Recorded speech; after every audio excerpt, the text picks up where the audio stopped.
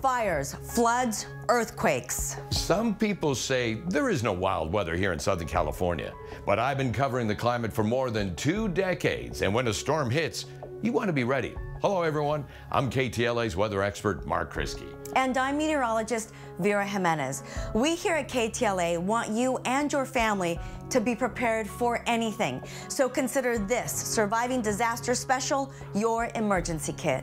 It's estimated every 169 minutes, a person will die in a fire. So do you know what to do if you're caught in an inferno?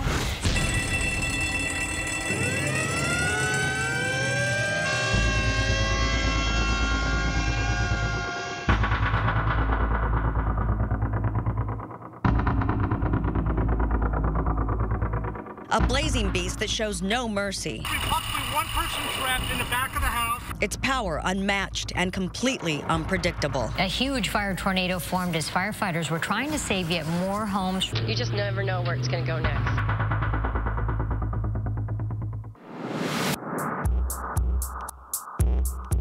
In 2013, over 1.2 million fires were reported in the U.S., that according to the National Fire Protection Association. Even more alarming, one home structure fire was reported every 85 seconds. Candles being unattended, leaving food on the stove, electrical malfunctioning. There's a lot of reasons why fires are started in homes. So what should you do if you find yourself in a heated situation? They say don't play with fire, but we're about to go face to face with flames. We're at the Riverside County Fire Department training facility, and these guys are about to show us how you can be prepared.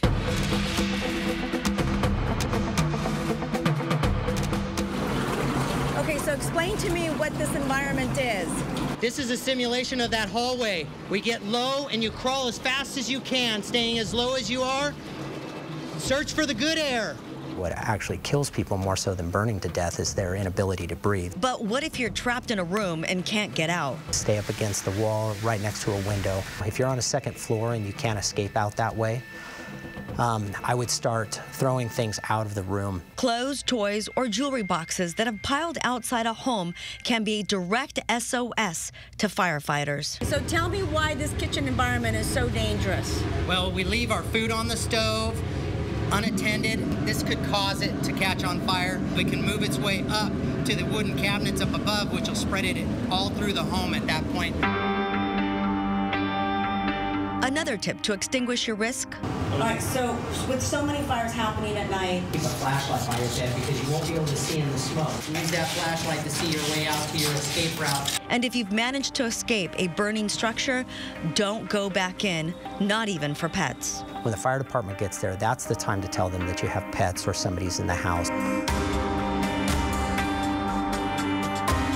Doctors insist burns are one of the most painful and difficult wounds to treat.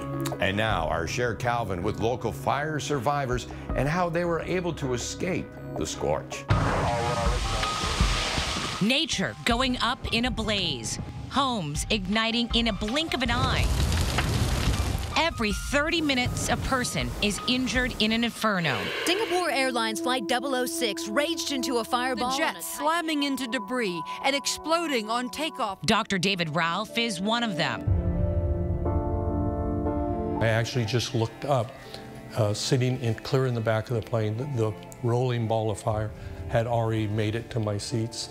The Palmdale professor traveling overseas to recruit students. Dr. Ralph does have a long road of recovery ahead of him. When on board his homeward bound plane, Singapore Airlines Flight 006 crashed after the jumbo jet slammed into construction cranes while taking off from the wrong runway. We were supposed to turn down 5R, and the pilot turned down 5L instead by mistake. 83 of the 179 people died in the destruction, and this father insists the third-degree burns on his hands, face, and back would have killed him too if he wasn't medevaced to the Grossman Burn Center. True burn injuries over areas of the body have a physical and an emotional effect that sometimes can last for years and years, if not a lifetime.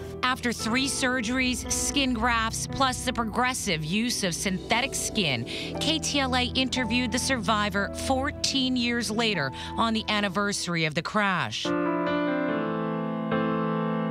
Yet almost no scars remain visible to remind the Pepperdine University chair of the smoldering horror he endured. Just an incredible, marvelous doctor, team, family.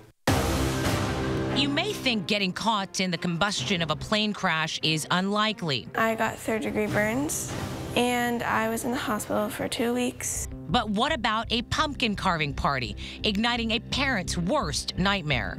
There was one pumpkin that had flammable liquid in it, and the liquid fell onto the candle, and the candle flame got bigger and went through the nose and went onto my face and hands. After 2 surgeries, several grafts, plus prescribed a face mask for over a year. This is Jerica today. Also on the anniversary of her accident. The accident identified her, but it doesn't define her. You're on the third alarm, 3-3 Battalion. There is no forgetting the force of fire. The most important way to prepare, always respect and be aware and cautious when in the presence of the powerful and almighty element. Due to severe scars, burn victims and their families often suffer severe psychological damage as well. But what an amazing survival story, and many more in the next half hour. Coming up, flooded roads and cars can be a dangerous combination. What's the one tool you need to get out alive? Stay tuned as KTLA continues our Surviving Disaster Special.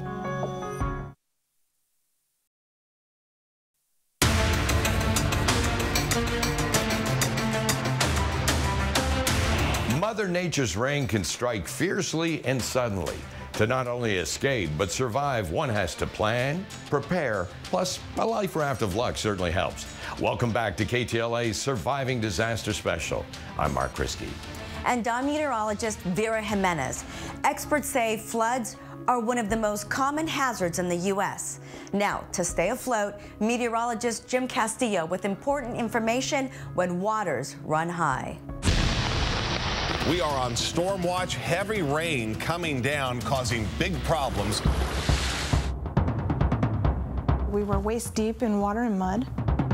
We continue on the storm watch. The storm bringing flooding, mudslides, and significant evacuations. Get out!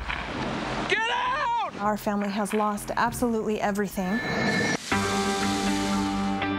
Left stranded by Mother Nature's fury. So when you see the water rise and rise and rise, you can't do anything. Or swamped in the middle of a man-made mess. The forceful flow of flash floods can consume everything in its path. Holy Just this year, a flash flood in the desert caught this California couple off guard. That guy just got swept up in the water. Swallowed by a sinkhole, the minivan disappears in a matter of seconds. Miraculously, the husband and wife in the vehicle survived, but others not so lucky.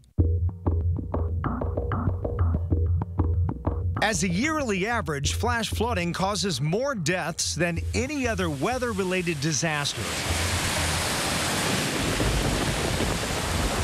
When heavy rain comes down, rainfall rates can exceed 1 inch an hour. It may not sound like a lot, but what many don't realize is just 6 inches of fast-moving water can knock you off your feet. People are surprised every time how little water has to move to actually move the person. And 1 foot of rushing water can become an uncontrollable current of chaos. If you see running water ever, we just don't cross it. Turn around, find another alternative, go to higher ground.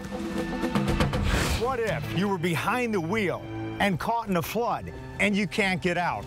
We're at U-Pick Parts in Sun Valley to show you how the Rescue Me tool could save your life. KTLA's meteorologist Jim Castillo went one-on-one with Laurent Calas, the creator of Rescue Me, a pocket-sized device that's aided emergency personnel. Paramedics, firefighters, police officers.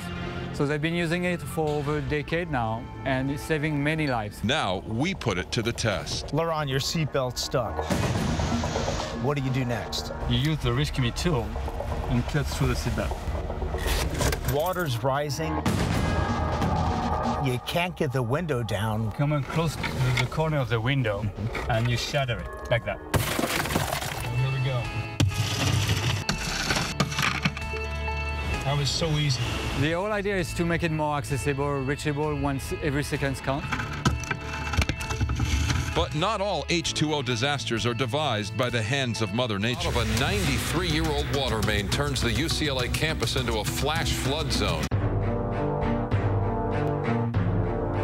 The crash was so loud, it woke me up and shook the rooms. Almost 5 years ago, KTLA was first on the scene as this Whittier family's dream home was demolished in a massive mudslide caused by a water main break. Mud just cascaded down. We had pillows there and just covered and came onto the floor and back to this wall. The Joneses forced to live in a trailer while trying to rebuild their house and lives. It's just completely filled with mud, and it continued to pour into our house all the way through to the other side for hours. And while preparation is always key, true survivors insist staying afloat in disaster requires strength from within. When life gives you lemons, right. you know, you get the salt and the tequila, right. you know? It wasn't that bad. KTLA hopes this Surviving Disaster Special will help prepare you in case of any emergency. Coming up, earthquakes. They hit every day. Are you ready for the big one? And test your survival skills throughout our special by going to our website.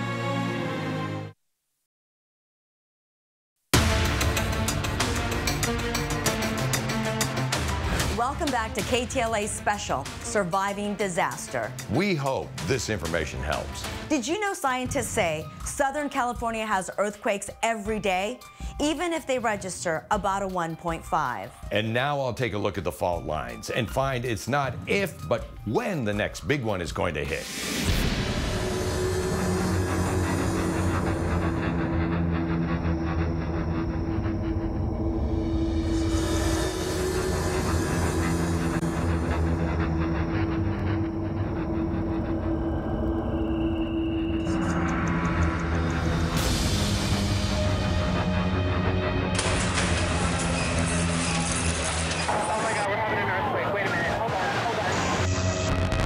The whole house was shaking, going like crazy. It was like being in a war zone. There's a hell of an earthquake, windows and everything have fallen out. Here, go to the right.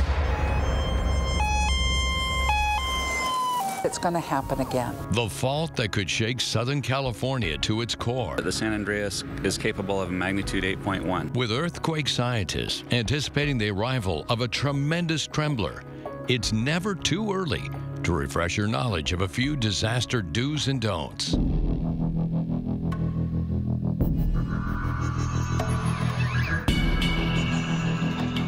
Before the big one barrels through, this task should be at the top of your list. If you have some things on the shelves that are actually heavy or might injure you, those are things that you need to attach to their place to make sure that they don't fall on you.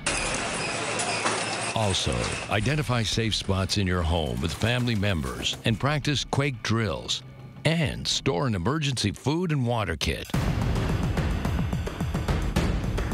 If you're inside when the ground begins shifting, your knee-jerk reaction might be to run, but experts say stay put. You don't want to go outside. Transformers are blowing, power lines are twisting. Drop to your hands and knees.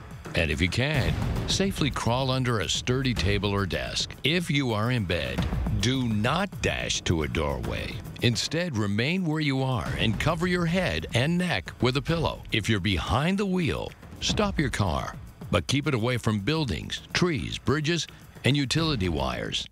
Do not exit the vehicle. California is definitely the great quake state. Now, Micah Ullman takes a look back at one of our most historic of jolts. And now we're having an aftershock.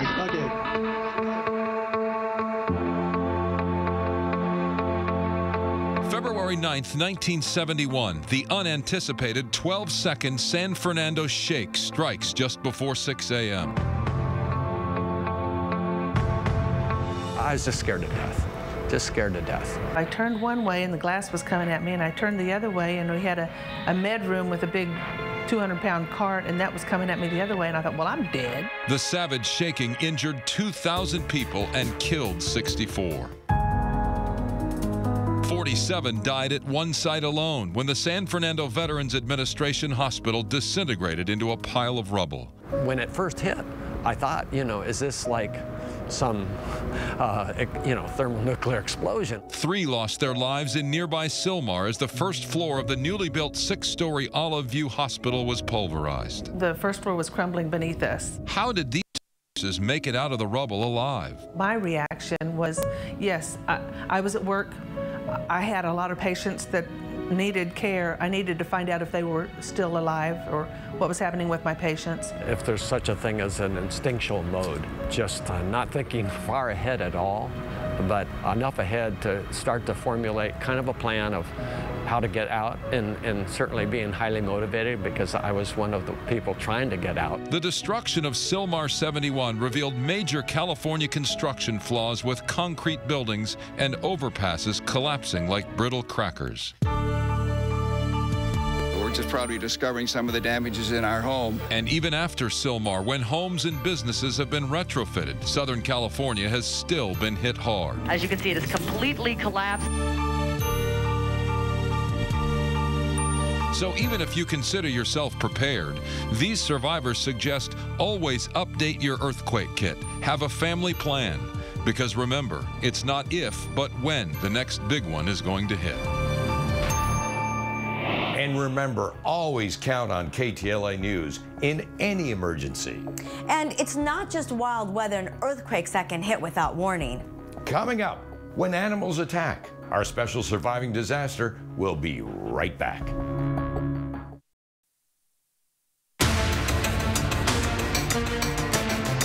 In this Surviving Disaster special, we have covered wild weather, but what happens when wild animals attack? The threat could be lurking anywhere from your back and front yard to California's biggest playground, the beach and ocean. Now, Rick Chambers with your guidebook to guard you and your loved ones. What's the worst thing in my life? 86-year-old Wally Nichols believes divine intervention saved her back in January of 2013.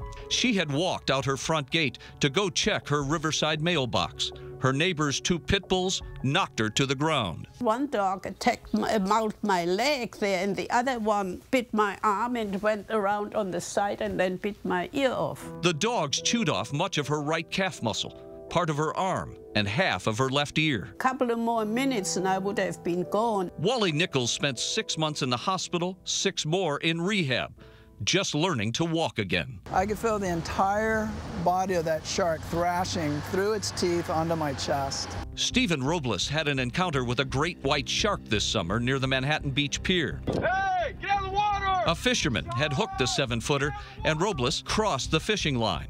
The shark surfaced next to him. It came in and attacked me, bit me right into my torso. I really thought that was it. The South Bay realtor had one thought. I gotta get this shark off of me. This is for my life. Robles pushed on the shark's nose and stared into its eyes. Like literally right here as it's bit into me, it held its bite for about 5 seconds. Stephen Robles has scars and nerve damage to his hand, but he's alive. I want some affection here. Stephen Brefka is one of the few people in America to be attacked by a camel. You thought you might die. Oh, well, yeah. Mr. Brefka has horse property up near the Antelope Valley, and his animals got spooked. He went out to see why. Within minutes, this camel, which had escaped from a neighbor's property, attacked the 72-year-old Brefka from behind. I woke up on the ground underneath him, and he was biting me, kicking me, stomping me. He's trying to kill me. Brefka began kicking and punching. Tried to stand up several times, and he knocked me down again. I was exhausted. Stomped and bitten, Brefka stared down his 2-humped attacker until a neighbor's came to his rescue. I'm a lucky, lucky guy. The vast majority of animal attacks each year here in Southern California are by dogs and house cats, though. Several thousand, in fact, across the 5 counties. Pit bulls, Rottweilers, boxers, shepherds, and chihuahuas are frequently involved. Small children are often the targets because their size puts them right down there near the animal's face. The majority of bites are on children, and you know, they're loving, they want to run up, they want to hug them like they hug a teddy bear. Experts say that if you walk or jog, carry something, a cane, a golf club, some sort of stick, something to give you distance away from a dog. That way you can use that to put in the dog's mouth and let the dog bite that as you kind of retreat to safety. In this surveillance video, a man walking his leashed dog scrambles into a garage with a pack of coyotes not far behind. A broom and a loud voice did the trick in this case. Animal control says always be aware of your surroundings and stay alert. Don't bury your head in a cell phone or wear headphones outside. A lot of times you can hear a dog coming at you, barking, giving you some sort of sign that you may be attacked, but by having those headphones on, you're completely blind to the potential problem coming at you. And having that few extra seconds to recognize a potential animal attack could help keep you from being a victim. Scores of other wild animals may cross our path, everything from coyote and skunk to snakes and bats, possum and raccoon. And many times, these encounters are serious. Bites, scratches, rabies shots, but not fatal. Believe it or not, bees may be your biggest threat. Not because of the swarms and the multiple attacks, but simply an allergic reaction to a single sting. What inspiring survival stories. We hope you never have to use this surviving disaster guide. But we're glad now you have all the crucial Cliff Notes to make it out alive. And for more tips and stories, head over to our website. Thank you so much for watching.